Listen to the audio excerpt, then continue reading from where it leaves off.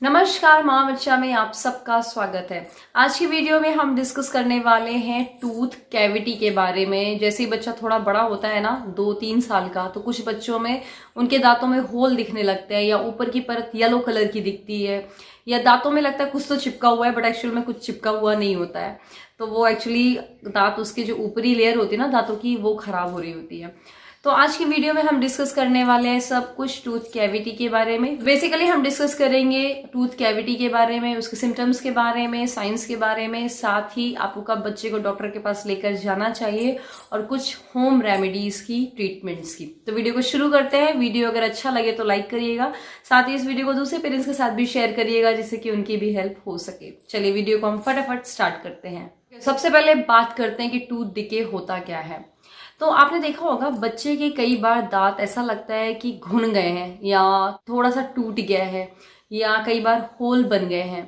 Tooth decay actually होता क्यों है? होता क्या है कि कई बार ऐसे बैक्टीरिया, ऐसे जर्म्स आ जाते हैं दांतों में जो कि बच्चे के दांतों की ऊपरी परत को बिल्कुल पूरी तरीके से डैमेज कर देते हैं। वो कुछ ऐसे एसिड्स एक्चुअली प्रोड्यूस करते हैं जिसकी वजह से जो दांतों की ऊपरी परत है ना, वो पूरी डैमेज हो जाती है। तो इस वजह से होल बन जाता है वहां पर, या बिल्कुल पूरी तरीके से वो घुन जाते हैं, या बोल सकते हैं कैविटी बन जाती है। और ये जो कैविटी होती है ना, कई बार कुछ बच्चों में पेन होता है, इसकी वजह से सेंसिटिविटी होती है, झुंझुनाहट होती है और कई बार दांत टूट भी जाता है। तो चलिए बात करते हैं कि टूथ डिके होता कैसे है, क्यों होता है। तो जैसा मैंने आपको बताया, कई बार क्या होता है, बच्चे के दांत अच्छे से क्लीन नहीं रहते हैं, बच्चे के दांतों में फूड पार्टिकल्स होते हैं, स्पेशली मीठे वाले आइटम, शुगर के आइटम्स समझ लीजिए। तो वहां पर बैक्टीरिया पनप जाते हैं। वो बैक्टीरिया उन जो पार्टिकल्स हैं, खाना जो रह जाता है उसको खाते हैं। जब वो खाते हैं एक्चुअली तो एक तरह का एसिड प्रोड्यूस करते हैं, और वो एसिड्स की वजह से जो हमारे दांतों की ऊपरी लेयर होती है, इनामेल जिसे हम बोलते हैं, वो पूरी डैमेज हो जाती है, जिसकी वजह से टूथ डिके होता है। ये प्रॉब्लम उन बच्चों में ज्यादा होती है जो कि बहुत ज्यादा शुगरी आइटम्स खाते हैं, या ड्रिंक्स की अगर बात करें तो सॉफ्ट ड्रिंक्स ज्यादा पीते हैं, जैसे कि कोल्ड ड्रिंक वगैरह हो गया, मीठा मीठा दूध हो गया, और फिर उसके बाद वो गार्गलिंग नहीं करते, उसको क्लीन नहीं करते हैं। तो वो जो मीठा दूध है या सॉफ्ट ड्रिंक है वो दांतों के बीच में चिपक के रह जाती है। एक्चुअली दांतों में उन सॉफ्ट ड्रिंक की कोटिंग रह जाती है, ऐसा समझ लीजिए, जिसकी वजह से ये सब बैक्टीरिया बहुत जल्दी पनप जाते हैं। कई बार कुछ बच्चों में मेडिकल कंडीशन की वजह से भी ये होता है, कुछ क्रॉनिक एलर्जीज होती है जिसकी वजह से ये चीजें होती है। एक और मेजर रीजन होता है इसके पीछे, कई बार बच्चा बेड टाइम पे फीड लेता है, मतलब बेड टाइम पे वो दूध पीता है या कुछ खा पी के सोता है, और फिर रात भर कुछ कुल्ला वुल्ला नहीं करता है, गार्गलिंग वगैरह नहीं करता है, वो क्लीन नहीं होता है, जिसकी वजह से पूरा रात का टाइम रहता है बैक्टीरिया को पनपने का। और कई बार कुछ बच्चों में फ्लूराइड की डेफिशिएंसी होती है। फ्लूराइड एक तरह का केमिकल होता है जो कि दांतों के लिए होता है, अच्छा होता है, उसकी डेफिशिएंसी मतलब कमी की वजह से भी ये चीजें होती है।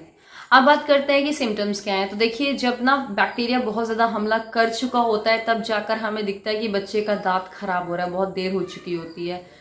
दूसरा चीज क्या होता है, कई बार बच्चा एकदम से कुछ खाता है तो अचानक से कुछ दर्द होता है, तो हो सकता है कि बच्चे को कैविटी होने वाली हो। बच्चों की दांतों में झुंझुनाहट होती है तो ये भी किसका लक्षण होता है, सिम्टम होता है कि बच्चे को टूथ डिके या कैविटी होने वाला है। कई बार बच्चे के दांत में होल्स दिखते हैं, मतलब वो एक साइन है टूथ डिके का। साथ ही कई बार जो बच्चे के दांतों का जो कलर है ना, वो भी चेंज सा दिखता है, तो ये भी एक सिम्टम होता है टूथ कैविटी का।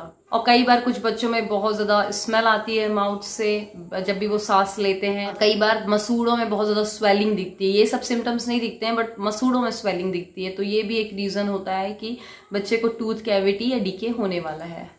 अब बात करते हैं ट्रीटमेंट की। तो ट्रीटमेंट जो दिया जाता है डॉक्टरों द्वारा, पहला होता है फ्लूराइड ट्रीटमेंट। इसमें क्या होता है कि फ्लूराइड बेस्ड टूथपेस्ट या वार्निश जैसा कुछ दिया जाता है, इससे बच्चों के दांतों में घिसना होता है हमें, जिससे कि बच्चों को दांतों को जो नेचुरल मिनरल है, मतलब फ्लूराइड, वो प्रॉपर मिले, जिसकी वजह से जो बच्चे के दांतों की जो ऊपर की लेयर है वो मेंटेन रहे, वो डैमेज नहीं हो।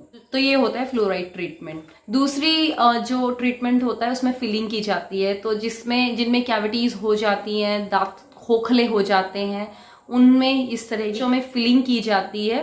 तो ये जब बहुत ज्यादा लेटर स्टेज पे पहुंच जाता है तब जाकर इस तरीके का ट्रीटमेंट दिया जाता है। अब बात करते हैं प्रिवेंशन की। देखिए, अगर बच्चे को कुछ ऐसे सिम्टम्स दिख रहे हैं जैसे दांतों में दर्द होना, गम्स में स्वेलिंग हो जाना, ऐसा कुछ दिख रहा है, तो आप पहले से ही कुछ प्रिवेंशंस हैं जो कि ले सकते हो।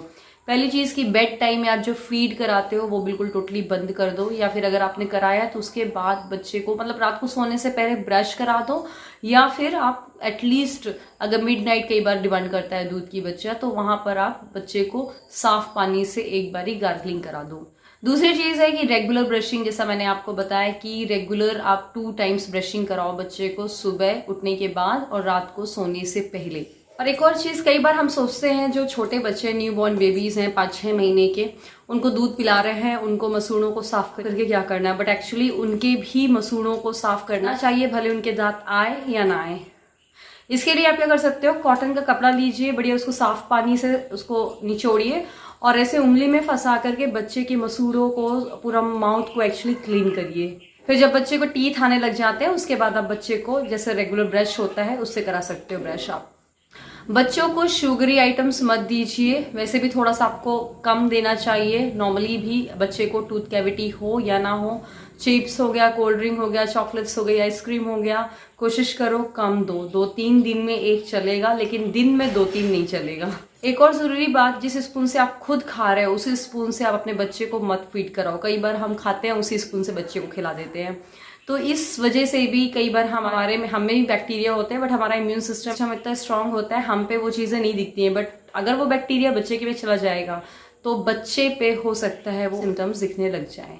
आप बच्चे को गार्गलिंग करा सकते हैं, एक गुनगुना पानी लीजिए, उसमें नमक और हल्दी डालिए, उससे गार्गलिंग कराइए। बच्चे की माउथ से जो स्मेल आती है वो नहीं आएगी। डेली खाने में आप बच्चे के लहसुन दे सकते हो, लहसुन की वजह से भी स्मेल नहीं आती है। और नमक और हल्दी तो ऐसा है कि हम रेगुलर बच्चे को देते ही देते हैं, बट इन 3 चीज़ों की वजह से एक्चुअली जो बैक्टीरिया ग्रो कर रहा है माउथ में वो इतना ज़्यादा नहीं ग्रो करता है। तो ये था आज का वीडियो। आई होप आपके लिए ये हेल्पफुल रहा होगा। पसंद आया तो लाइक करिए, साथ ही दूसरे पेरेंट्स के साथ भी इसको शेयर करिएगा। थैंक यू सो मच, मिलते हैं अगले वीडियो में। Thank you for watching.